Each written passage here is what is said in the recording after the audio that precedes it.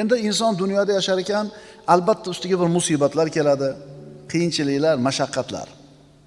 Mana shunday holatda inson o'zini yo'qotib qo'yadi, istirobga tushadi, dovdirab qoladi. Mana shunday holda nima ish qilish kerakligini bilmay qoladi.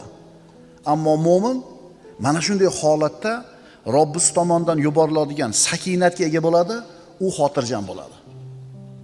Mana shunday bir mashaqqat, qo'rquv, xavotir, vahima kelgan paytda mu'min banda Allohga qanchalar yaqin bo'lsa, islomida, iymonida qanchalar mustaqim bo'lsa, taqvosida qanchalar mustahkam bo'ladigan bo'lsa, shunga yarasha Alloh taolo unga sakinatni tushiradi. Xotirjam bo'ladi. Kim aytgani bo'ladi deydi? Alloh aytgani bo'ladi deydi. Hammani boshini qo'tirib qo'ygan, hayron qoldirgan, aqllarni qulflab qo'yadigan balolar, musibatlar kelganda Alloh o'zini mana shunday taqvoli mo'min bandasini qalbiga sakinatni tushiradi. Ana shu sakinat sababli mo'min xotirjam turadi, dovdirab qolmaydi. Mana payg'ambarimiz sollallohu alayhi vasallamning hijrat kunini eslaylik. Rasululloh sollallohu alayhi vasallam 10 dan ortiq sababni qilib eson-omon Madinaga yetib olishligi uchun 10 dan ortiq sababni qildilar, g'orda o'tiribdilar. Lekin bu sabablarni bittasi ham foyda qilmadi. Quraysh o'sha g'orda oldiga bordi. Rasululloh sollallohu alayhi vasallam va Abu Bakr Siddiq radhiyallohu anhu ularni oyoqlarini ko'rib turishar edi.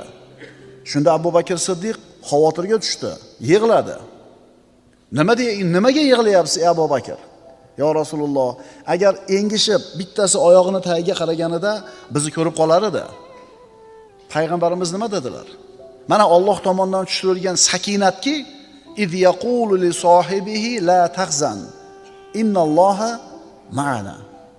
O'shanda o'zining sohibiga aytgan edi, mahzun bo'lmang, zero Alloh biz bilan birgadir.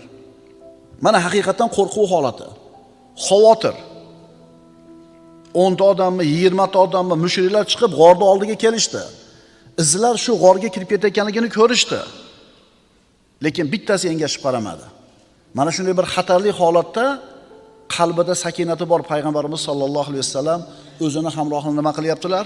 Tinchityaptilar. Xotirjam bo'ling.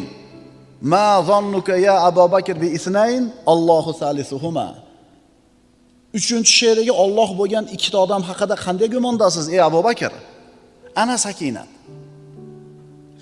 Xandaq kuni, Hunayn kuni, Hudaybiya kunlari.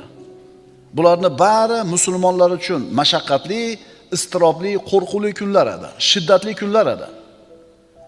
Alloh hammamizni o'zini ofiyatda saqlasin, lekin bandamiz boshimizda har xil kunlar bor. Mabodo mana shunday bir mashaqqatli, qo'rquvli kunlar kelib qoladigan bo'lsa, agar biz mo'min bo'ladigan bo'lsak, chinakam mo'min bo'ladigan bo'lsak, Alloh tomonidan albatta sakinat keladi. Qalbimiz xotirjam bo'ladi. Birodarlar, biz namoz haqidagi ilmni bir o'rganamiz, bo'ldi. U o'zgarmaydigan ilm. Sarf, nahv, arab tili grammatikasini o'rganamiz, bo'ldi. Qiyomatgacha bir xil turadi. Ro'zani fiqhini o'rgandik, zakotni fiqhini o'rgandik, tamom. Bu o'zgarmay bir xil turadi. Ammo birodarlar, nafs tarbiyasi, qalb tarbiyasining ilmi juda ham muhim. Chunki qalb bir xil turmaydi hech qachon. Doim nima bo'lib turadi? O'zgarib turadi. O'zichi bu nafs tarbiyasi bilan, qalb tarbiyasi bilan jiddiy shug'ullanaman degan odamga juda ham oson retsepti bor.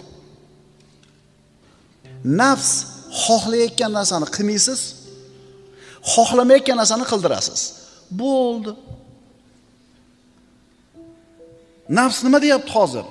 8 rakatdan keyin. Ha, endi bunday kekirtadan shunday ushlasangiz, o'lib qolmaydi.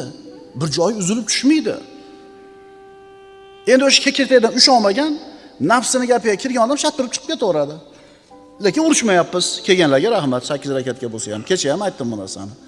Faqat endi o'sha 8 rakatga loyiq ekansizlar, u yog'iga tura olmayapsizlar. Endi 20 rakat turganlar shunga loyiq bo'lganligi uchun turibmiz emas. Yo'q.